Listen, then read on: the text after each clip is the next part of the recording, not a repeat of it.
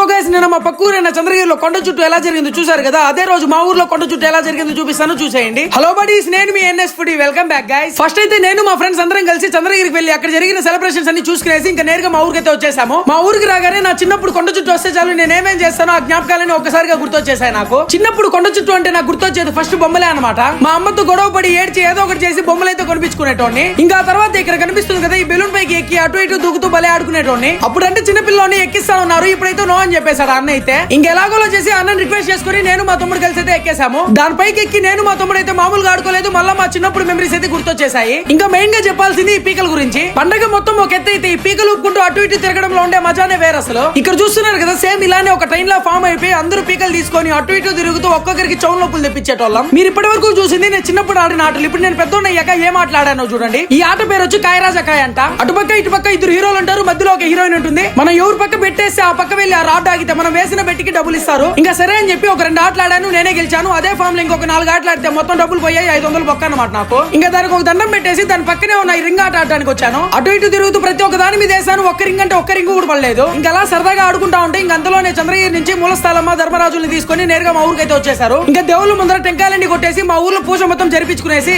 మా ఊర్లో ఉండే ఆర్మేని గంగమ్మ చంద్రగిరి నుంచి వచ్చిన మూలస్థలమ్మ ధర్మరాజుని తీసుకొని ఊరంతా ఊరేగింపు జరుపుకుంటూ కొండ మొత్తం చుట్టూ వేస్తారనమాట. సో దాన్నే కొండ చుట్టూ అనేసి అంటారు. ఇక్కడ చూడండి మా అన్న ఏదో పెద్ద కోరిక కోరుకున్నట్టున్నాడు, కష్టపడుతూ ఇష్టంగా దేవుని మోసుకుంటా వెళ్తున్నాడు. సో మీవి నావి మనందరివి నెక్స్ట్ రాబోయే కొండ చుట్టూ లోపు మనందరి కోరికలు తీరిపోవాలని చెప్పి మనస్ఫూర్తిగా కోరుకుంటున్నాను. ఇంకొక మంచి వీడియోతో మళ్ళీ కలుద్దాం. By by buddies.